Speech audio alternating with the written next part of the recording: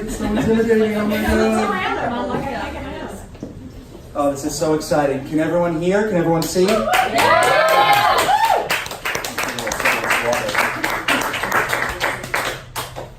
We're live on Instagram. So let's let some of our friends come in before we start. Andrew, come in. Elliot, don't be shy. Come on in. Come on in. No. Break up first and then come in. Oh. Sophia, come on in. Yeah. So this is very exciting. I am so excited for our first visual artist comedy night. We've never done this before. You fucking asshole. I put this whole thing together. Shit. I am so excited. So, you know, this is something different than what we normally do, or what I normally do. You know, we don't normally do events like this. Normally, I sit in front of my computer all fucking day. That's all I do. I sit in front of my computer and I'm typing and I'm typing. I thought it'd be really exciting to be like in the world of art. But what I'm doing is like I'm typing words.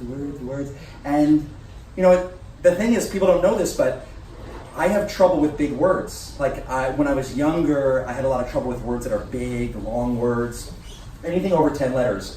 And when I moved here and I opened the gallery, I kept hearing this one big word over and over again. Gentrification. The thing is, you know, it's hard for me. I get confused, and I used to mix up with this word asphyxiation. Gentrification, asphyxiation. And I should have known better because, you know, I went to this conference a few years ago on the topic, and, you know, David Carradine taught me everything I should know about the topic.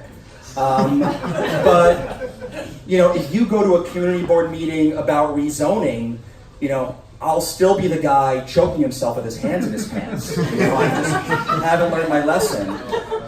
And, you know, the thing is, like, for me to get my pants off, it's a big problem these days.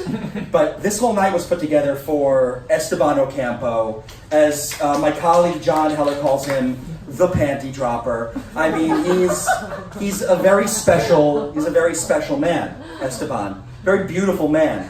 And, you know, the thing that people don't know is that I sponsored his visa. Yeah. That's right. Yeah. He wouldn't be here if not for the fact that I sponsored his visa. And guess what? He's not the only Latin American whose visa I sponsored. Oh. That's true. Did you know that? No. That is true. And what people don't know is the migrant caravan right now is headed straight to Gitler. They're actually heading here. The thing is, when they find out how much money we make, when they look at the books, they're going to head back to Honduras, you know, for the financial opportunities there. They'll be much better off. And, you know, desperation is something that we at Gitler really understand. And I'm talking about my colleague John Heller. I don't know if you all know him. But John Heller, no one's been more desperate than this guy. And you know, the thing is, the guy is, what, about 30 months sober? He's about 30 months sober. And if I've seen it, don't clap. Don't clap. He'll be complaining about it later. He's upset about your sobriety, John. You know, so the thing about John's sobriety, this is really interesting, is nobody is more fun to drink with than John Heller. I mean, and I know, I drank lots of times with this guy, and it's amazing, constantly, if I'm with him, and they're like old friends, they'll always say to him, "Oh, John, when you break your sobriety, I want to be the one who you break it with." I mean, I've heard this 1,000 times, and it's such an incredibly selfish question. It's so selfish. I mean, real fucking assholes asking this thing. And, you know, there's a guy who used to black out, he'd drink, black out, and I am convinced, like, it doesn't make sense. I always hear it, like, John, when you break it, you gotta drink with me. I'm convinced he used to blow some of these guys. Like, for sure he used to blow some of these guys. Man, look at this guy. Look at that cute little mouth, the cute little lips. Look at those little white teeth. That's what we're all asking. How do those teeth get so white, John? How do those teeth get so white? That's what we want to know. You know, the thing is, John Heller sits this gallery. I don't sit this gallery anymore. Fuck that. I don't sit this gallery. And John's the one that gets to deal with this beautiful community we've built. it's such a great community. So many wonderful people who haven't missed a single opening we've ever done. And these people, they never, ever, ever stop to ask me for money. It just never fucking stops. And speaking of money, we have 3 visual artists here tonight who, in 2 cases, have never performed stand-up comedy. And our first, speaking of money, is Kiki Carillo. I hope I'm pronouncing your last name right. And Kiki did her master's at the New York Academy of Art, so you know she likes to spend money. I'm going to invite Kiki up as our first stand-up comic.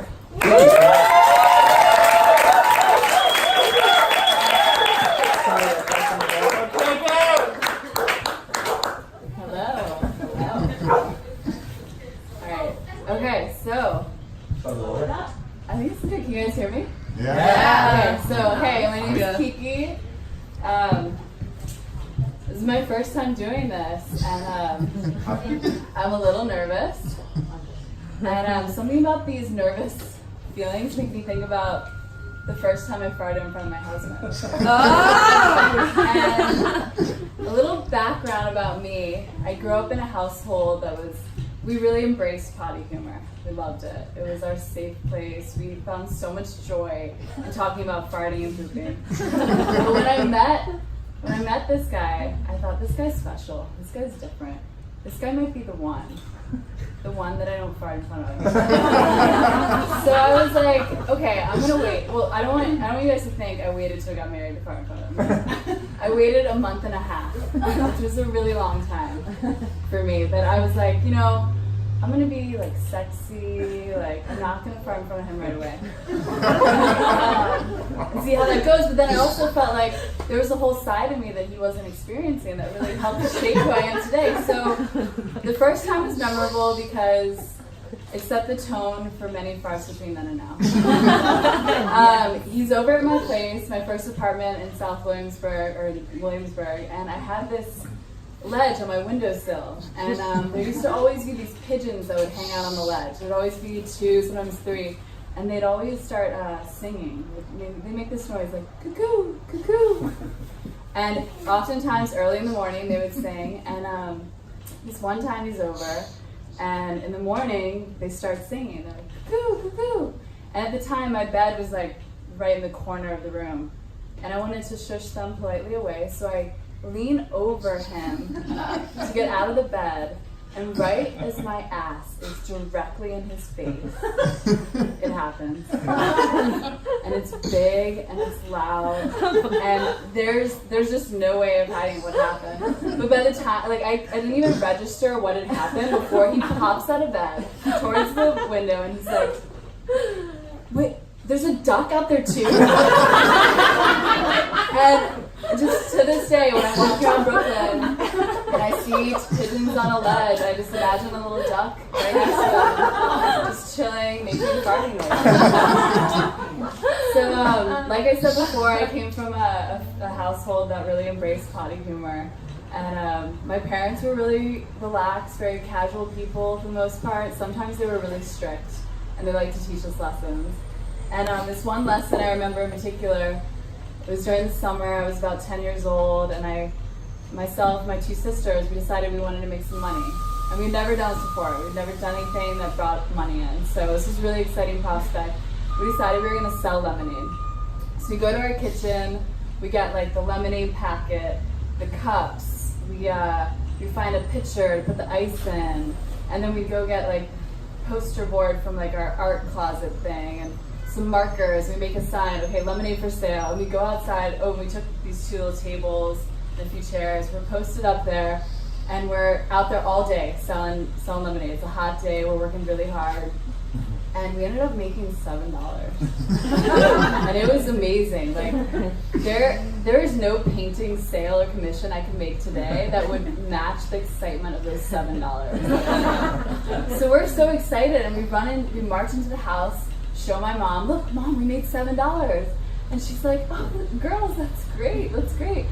You do realize you have to pay me back for all the supplies you use, right? So we're like, wait, what? And she's like, okay, so You use the lemonade, the cups, the pitcher. I guess I could rent out those chairs and that table for you guys. That's like a little bit of a fee. So okay, lemonade cups, $7 nice. Okay, and she takes $6.25 from us. So we're left with 3 quarters amongst the 3 of us, and we were really upset. We're like, this cool woman, like why is she doing this to us? And so for the next couple of days, we decided we're gonna brainstorm like what can we do we can make some money and mom's not gonna take 90% of what we make. So we're walking around the neighborhood and my one sister, Deirdre, she steps in dog shit. And we're like, oh, gross, like step in dog shit. And then she's like, wait, don't people buy poop? Like, don't they use it to like make their flowers grow and their grass grow? And I was like, yeah, I think it's called fertilizer. And then my other sister Grace is like, we could sell this. And she's like, 1 chunk, $1. And then we look at each other and we're like, brilliant. We look around our neighborhood and we realize for the first time our neighborhood is just riddled in dog shit. And this was like 25 years ago and no one picked up their dog shit. So we go around, we get a bag, we use gloves, maybe, I can't remember. And we pick up all this dog shit and we end up using some like poster board and markers. We're like, okay, my mom was either like really involved in what we were doing or not paying attention at all. Clearly she wasn't paying attention at all during this. We set up, I remember this sign really clearly. We also decided we were gonna go in and we wanted to draw people in with something. So we had just made muffins and we decided we're gonna add like free muffin with purchase. And I remember writing free muffin with 3 exclamation points. And we set it up and we're so excited. Like no supply cost here, pretty much. And this car drives up, slows down. I realize it's my friend's mom, and she rolls down the window. She's so excited, big smile. What are you guys selling? What are you? And my one sister explains to her what we're selling, and her face just slowly just faded into horror. Like what's going on here? Like I can't believe these kids. And she didn't end up buying any food from us, but she did purchase a muffin for $1. And she drove away, and it's just always been such a mystery of my life, such an unanswered question. Did she eat that muffin?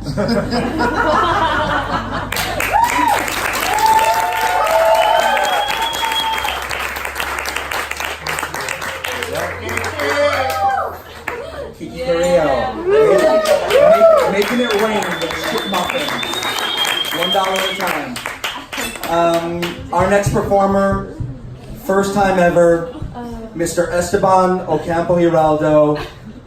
Could anybody this good looking actually be funny? Let's find out.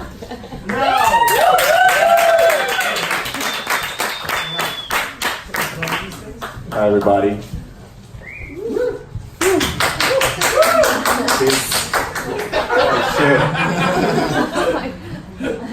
This doesn't look like my bike bump at all. I was practicing in my mirror with that.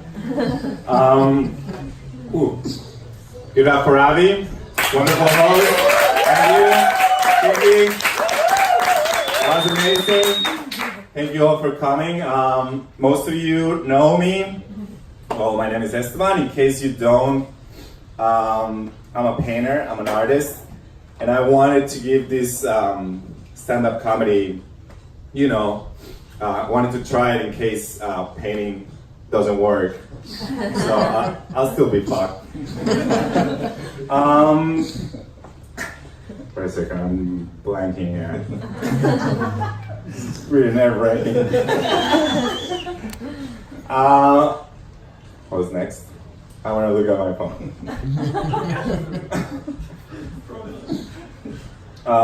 Okay. One more. Who's throwing shit at me? I'm trying to concentrate here.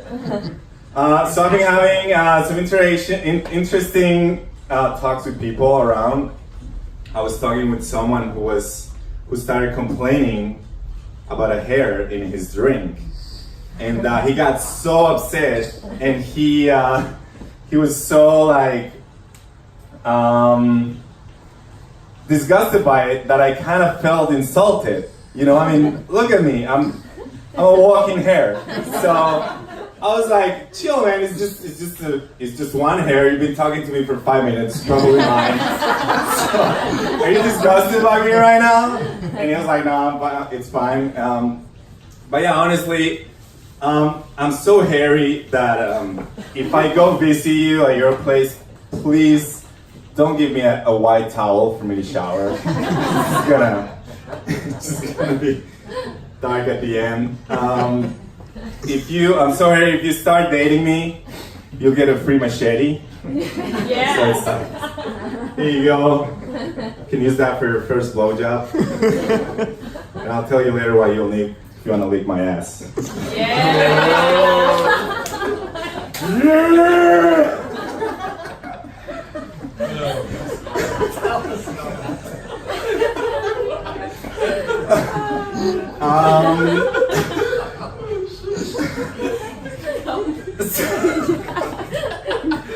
I'll be very happy if she wants to lick it. So. I'll buy the machinery. It's okay. So I can't be disgusted by hair. I don't have the moral authority to be disgusted by hair, you know, because look at me once again. I'm all hair. It's like if Michael Jackson heard a pop song of like kids running around naked, and he goes like, "Ew, this is fucking disgusting. I can't do this." He doesn't have the moral authority to do that. So it's like me with hair. So people freak out when they see a hair in their food, their drink.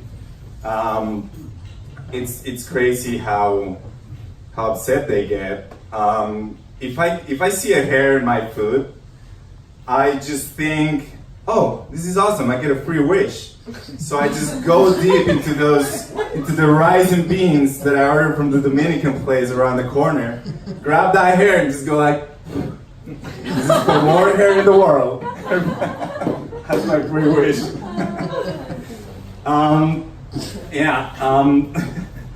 If people are in a restaurant and they see a hair in their food, they just call the waiter. They're so upset. It's like if it's as if it's the poor guy's fault. They just go like, "Hey, there's a hair in my plate. This is unacceptable, disgusting. Can you please tell the manager we need a fresh new plate here?" And they like get their plates and everything. And it's funny because there are many levels of hair hate. So like, if you see a long one, thin long one, maybe it's from your head. That one's okay. You're like, this is a long one, okay, it's fine. If you see a shorter one, thin as well, that's where it gets suspicious. But you're like, maybe my arm, my chest, in my case.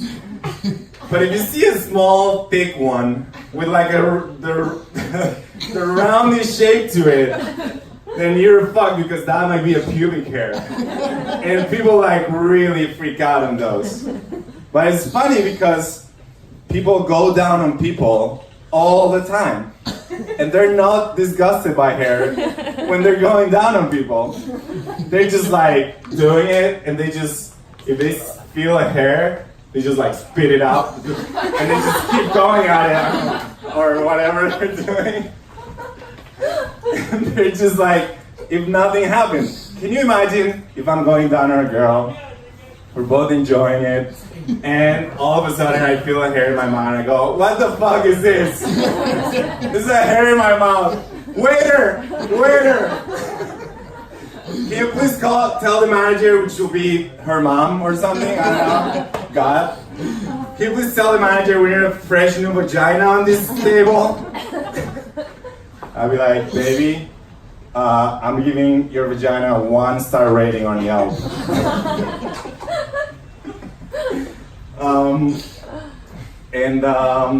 I'm a big Star Wars fan, always liked it, and I realized lately that I'm the Millennial Falcon, the ship, you know, because especially when I'm jerking off, because my whole hair is the ship, right? My dick is obviously Chewbacca, and I'm using my hand solo.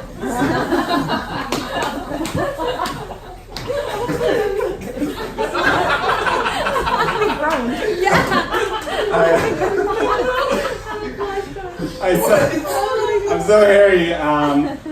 If I'm dating someone for a few months, we can be cooking or whatever, and I'll go like, hey baby, how's it going? And she'll go like, hey. I realize I have telekinetic hair. That's my superpower, telekinetic hair.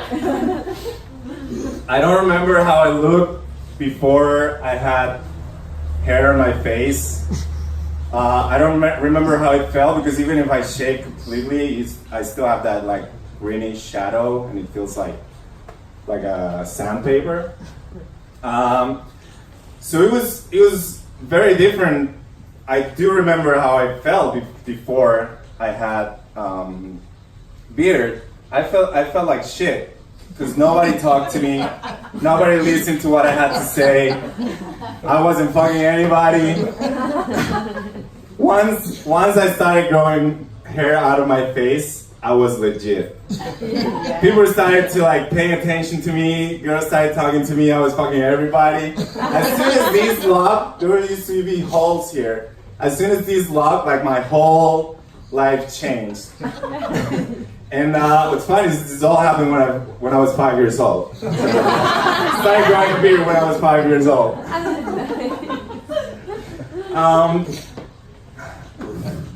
My heart. You're very hard. And it's funny because hair doesn't stop like growing out of places in my body. So when it started growing in my face, it was kind of patchy, and then I got the full beard, and then it's up to here. By the time I'm 80, you're just gonna see my eyes. It's gonna be Esteban's eyes walking around. And it also doesn't. It also changes a lot. Like, I was getting used to this black hair look, that I've had for 10, 15 years, I don't know. But then I'm starting to get white hairs. So these fucking things are all over the place. And I was like, holy shit, my head's getting gentrified. So, like, they started growing up here. There's a Whole Foods around here, so this area is gone. These guys over here are starting a handmade bagel shop, so that area is gonna go down fast as well. And rent up here is so fucking expensive. It's crazy. And then I started wondering, what happened to the hair that was there? Where does it go? And I realized it all moved to my ass. Because rent there is so fucking cheap. Thank you very much, everybody.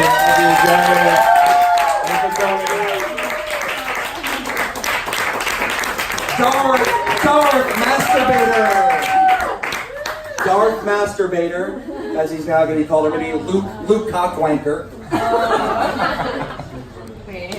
Some funny shit coming out of his ass, which you mentioned about 10 times. It's all coming from my ass. So we've got one more scheduled performer. I'm very excited. We have the guy Richard Smit in the house tonight.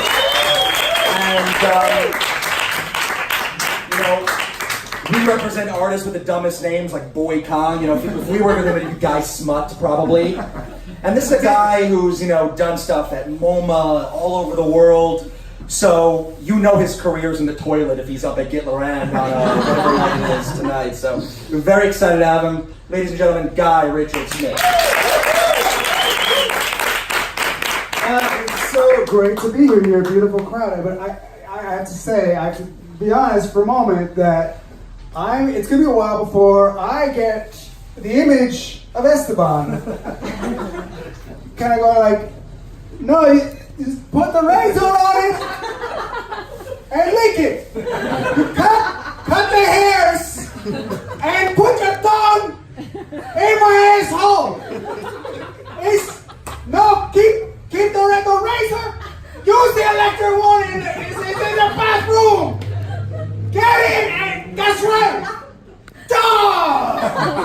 Yes, it's a lot of hair. That's yeah, I know it's gonna be a little while. It's gonna be a little while. Just keep cutting. Just keep cutting it. I don't know, it's a lot of hair. And I tell you, I can tell you some jokes about my hair because there's so fucking much of it. There's, I'm on one side enough? Okay. All right. Down, Jesus! Right, a little something. Here we go. That's good. That's good. So now I got that out of me.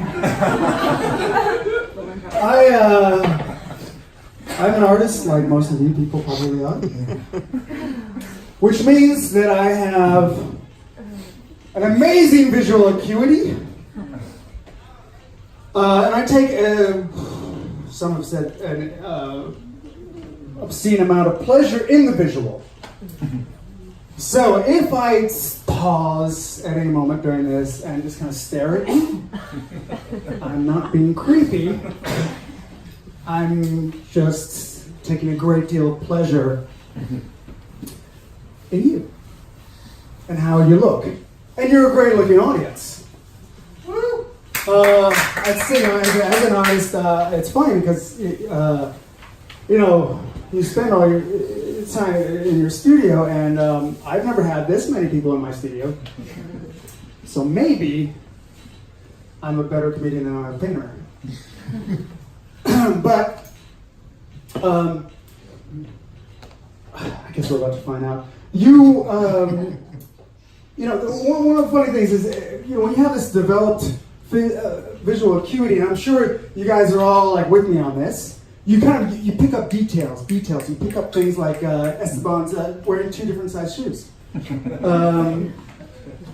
Kiki is pregnant with twins. These are things I'm noticing.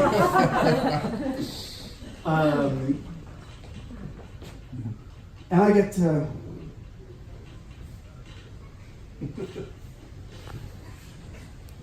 enjoy that knowledge, not always sharing it. Sometimes just keeping it to myself.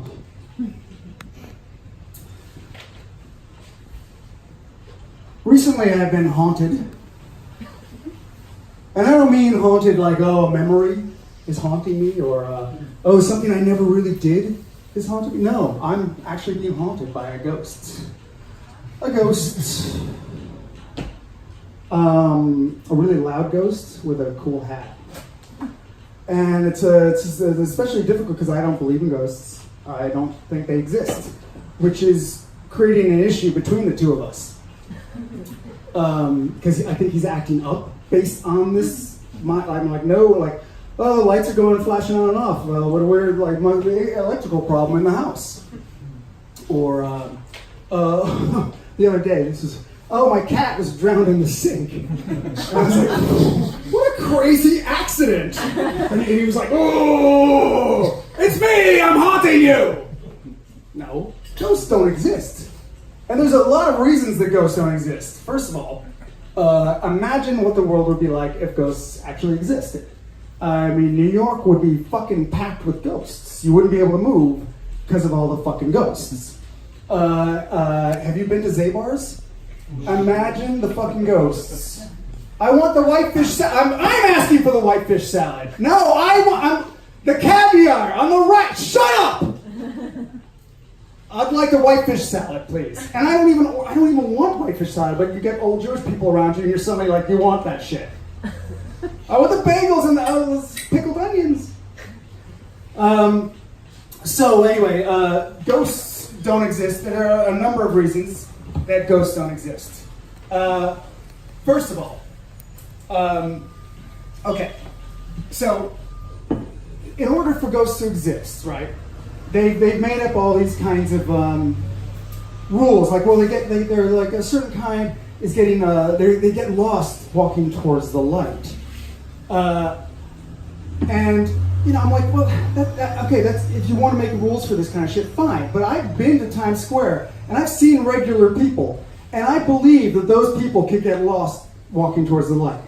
So again, you're getting a lot of dead people. And there have been a lot of generations of people. I mean, people, like, they keep making people. They've been making people for a long time. And, you know, so you're dealing with a lot of dead people who get lost or go into the light and want things. And then they're like, no, it has to be, you know, okay, they don't just get lost, but they've got some trauma. They're reliving some trauma. And, you know, I don't know if you've read history, but basically everyone's been fucking dealing with some trauma. Like everyone, at all times. And, you know, considering how long people used to live, it was like 5 fucking minutes. So you're dealing with, like, a lot of kids who are too stupid to walk towards the light because they're fucking babies, right? And so they're, like, hungry and cold and getting beaten by a rock, you know? And they're, like, imagine what actually being haunted would be like. It would just be like, oh, cold. I'm being able to stand.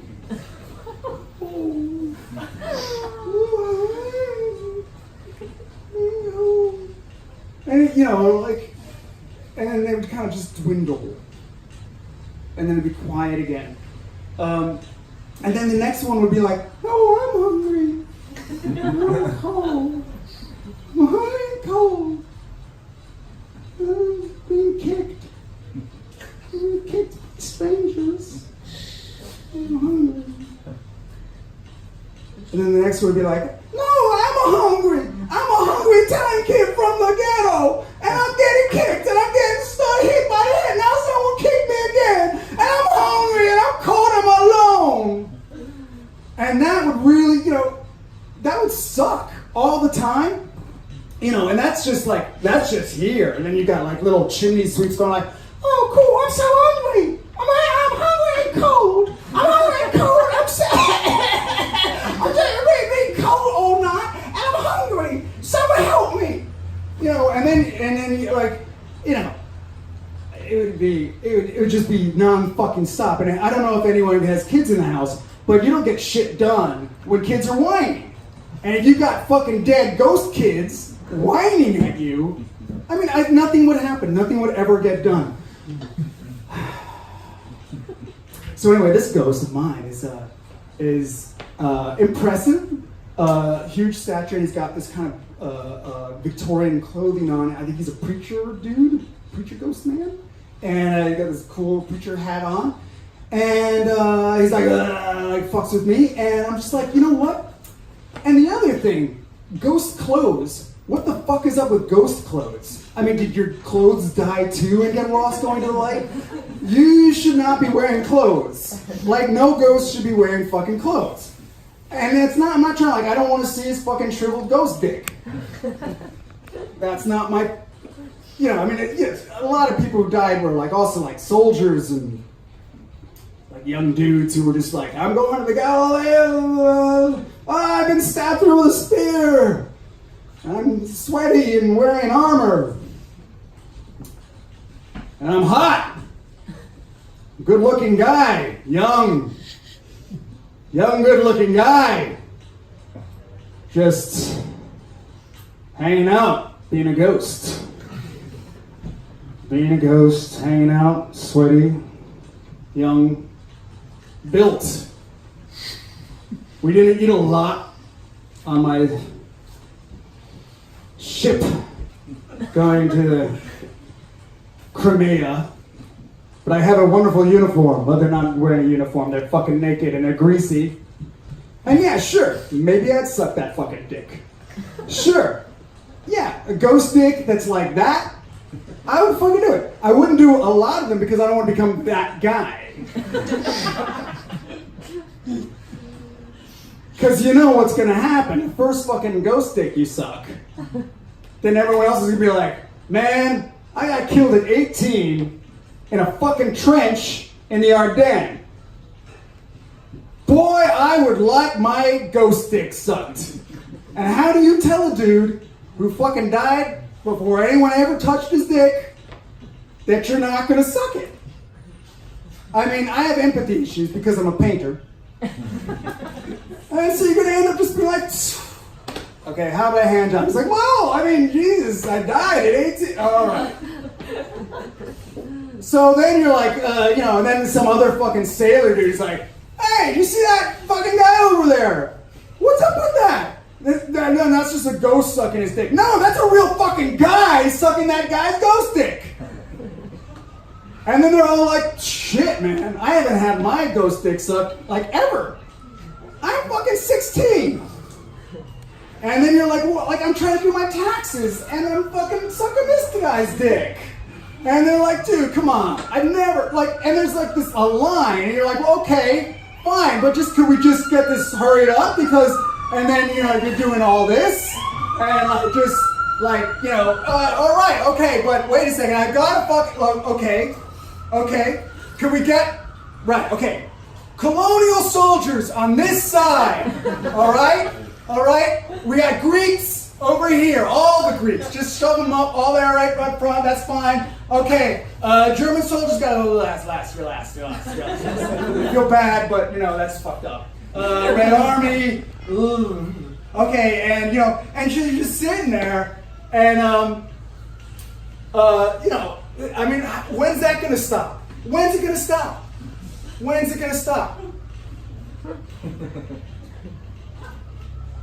Plus, I like vaginas. And, sure, there's tons of, flapper girls who got killed in fires. You could date those. But can you make a future with them? And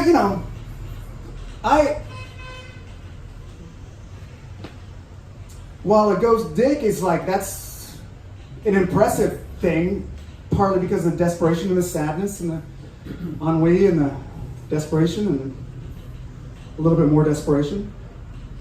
But then the vagina. I mean, you can turn your back on that.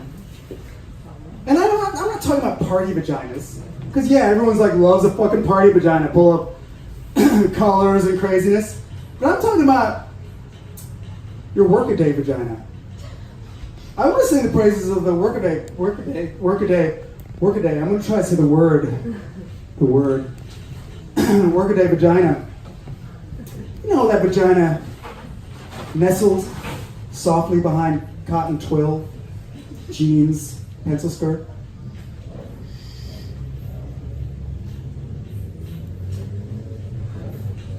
Yeah, that one. Anyway, that's the one I'm looking for, but I'm not being haunted by a ghost vagina. I'm getting haunted by a preacher man with a shriveled up old ghost dick. I just drowned my cat. And I'm pretending, I'm like sitting up here pretending that it didn't happen. I'm just pretending it was an accident. Like my cat accidentally drowned in the fucking sink. Because I'm not willing to believe in fucking ghosts. Well, you know what? I'm a visual person, I believe what I see. And I don't see any fucking ghosts. Good night. Thank you.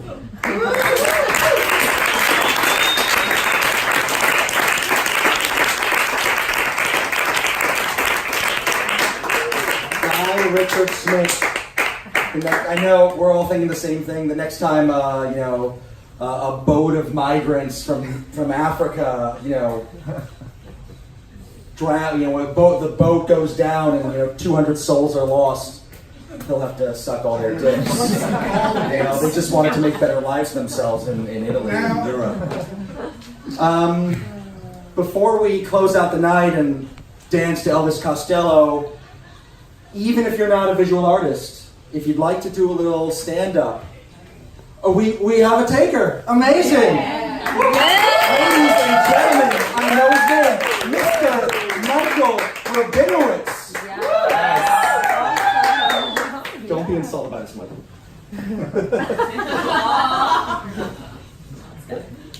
Perfect. Awesome. First of all, this is so nice. Isn't Gitler amazing? Yeah. Really. Okay, can you guys hear me? Because Yes. Yeah. I'm homosexual and I don't have a very loud voice. So, my real name is Moishi, and I am Jewish, if you weren't able to tell from my irritable bowel syndrome. But I'm a gay Jew, so I'm super liberal. I am. I'm like the most liberal Jew you can imagine, to the point where I'm so fucking liberal that my boyfriend is Palestinian. And, okay, it was scary at first. I was like, how is this gonna work? And, you know, our cultures may clash, but actually the truth is, because I'm so fucking liberal, our traditions kind of merge, right? So we share each other's traditions. So for example, last week he let me, on Shabbos, he let me make a blessing on the challah and kiddush, which is the blessing on the wine, and he let me have, you know, say my prayers and everything like that. And then, for dessert, I let him blow it up. I'm sorry, that was mean. You know what, it wasn't nice, but I'm an accident baby. My parents are Holocaust survivors, and the only way that I have sex is through a tushy. So I'm not really in the mood to be very nice these days. So everyone can go fuck themselves. Speaking about parents, though, it really is weird. My parents are almost 80. And they really were Holocaust survivors, and they came to America, and they hardly spoke English, they hardly read English. And that really, I'm in rehab now. That fucked me up. I mean, could you imagine? My mother was hardly able to read the things that she was trying to take care of me with. You know, some things that were traumatizing is, you know, there's thermometers when you take your temperature, and they say for oral or rectal use. So my mother would read it for oral and rectal use. So taking my temperature as a child was an ordeal. And then the bitch, she tries to shut me down when years later I tell her that I enjoy being the middle person in the threesome. I wonder why. But I got my family were big theater critics. My 87-year-old aunt got me into Broadway.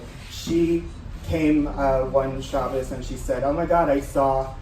Well, she had a very high-pitched voice. She's like more like, "Oh, Maisha, I saw the show. It was called Cats, and it was okay. It was very good, but I have to say, there were too many cats.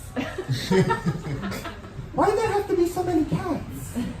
So that was the beginning of my Broadway experience, and to really dramaturgically understand theater.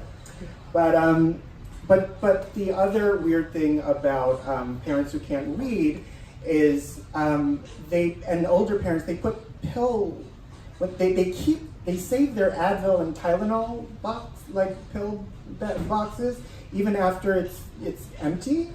And they put their own medication, it's so weird, they put their own medication that they're taking, they fill it up into these old little Advil Tylenol things. And we didn't even, so my mother, when she was going through menopause, had her estrogen pills in random things, and we didn't even notice she was doing that until my nephew needed a baby aspirin and he woke up with titties.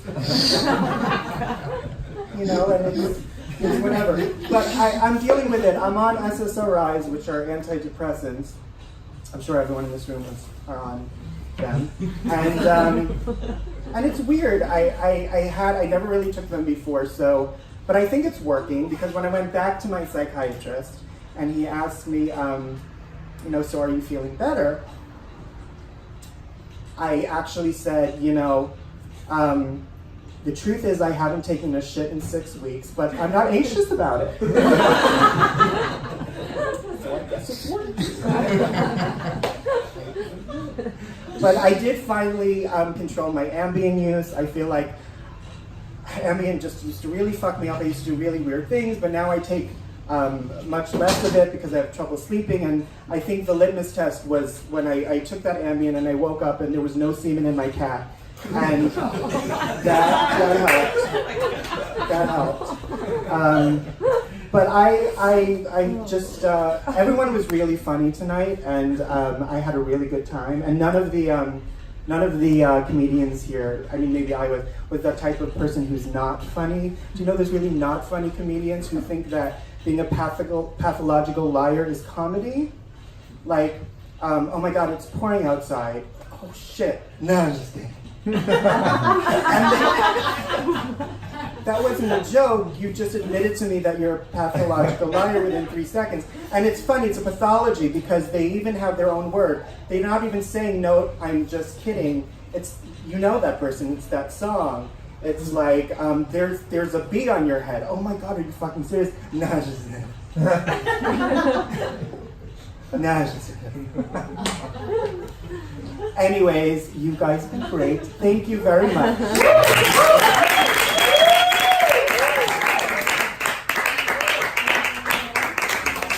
Michael Rabinowitz.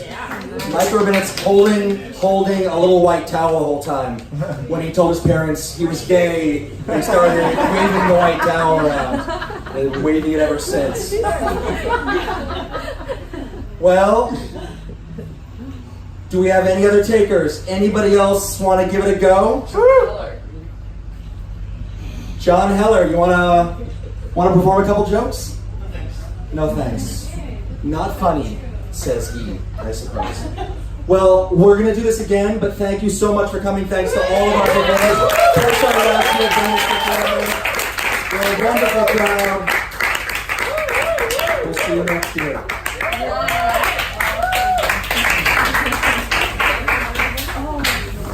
Hey.